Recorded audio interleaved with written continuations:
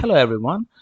In this tutorial we're going to discuss how to apply menu access right for users. In order to do that, you need to create an employee in the first place. So you can go to Administration, Masters and Employee to create a new employee. So for that you can enter the name and mention the employee type over here, just like this, which I have created. Name and the account name will be shown, and fill up all the necessary details, and once you're done with it you can just click save. And then we can move on to the next step, which is user role. By default there are many parental user roles available, but you can always create a new one if you want to, and you can mention the parent user role which you want to assign. And I have created one over here like a salesman. So you can mention the user role name and then mention the parent role. Once you're done with that, you can go to masters again and create a login user. So by creating a login user, we are giving the privilege for a user to log into atACC ERP using their own username and password. So in order to do that, you can specify the username over here, you can set the password, and then you can specify the user role, just like I have created here one. I'll edit this. The username is ASD, and I've set a password like, let's say 123 anything. And you can specify the user role, what type of a user it is.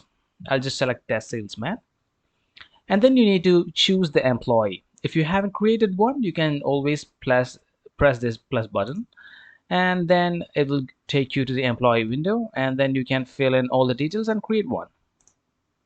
And once you're done with that, you can specify a PIN number if you want to. And if you want to set this particular user as a supervisor, then you can enable this checkbox. In this case, I'm just gonna save it. And we're done. And once we're done with that, you can go back to Administration and Masters and go to the Menu Access Rights form. Using this form, we can limit the user's ability to access different forms. So by default, there will be all the options will be enabled. Let's say if we only want this particular user to access the sales invoice, so what we can do is we can disable all these options and then go to accounting and inventory, transaction and sales, and then enable the option called sales invoice. Okay, and if you want to limit the access, the privilege for the user to only save this particular voucher, or maybe save and print the voucher, and not to edit or delete this particular any vouchers.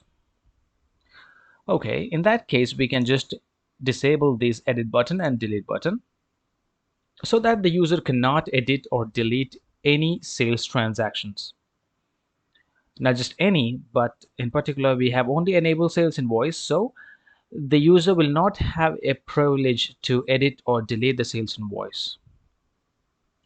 And we can also block all the graphs and all the details like this, so that the user won't have a privilege. Like if you don't want the user to view the account group balance chart, or maybe the income expense profit chart, the sales chart, or maybe the supplier balance, party balances, or like that, then we can just disable all these options which we want to, and then just click OK. Once we're done with that, we can log out from this window and then log in using the user credentials. So I'm going to enter the username and password, then I'm going to log in.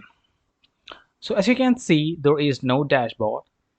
The user cannot view the chart or balance of which are available from the admin view.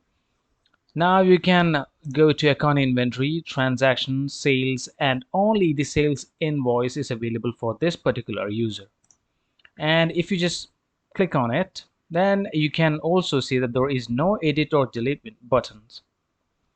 Okay, So that's how we provide access rights to the users. I hope you understand, and thank you for watching. Have a great day.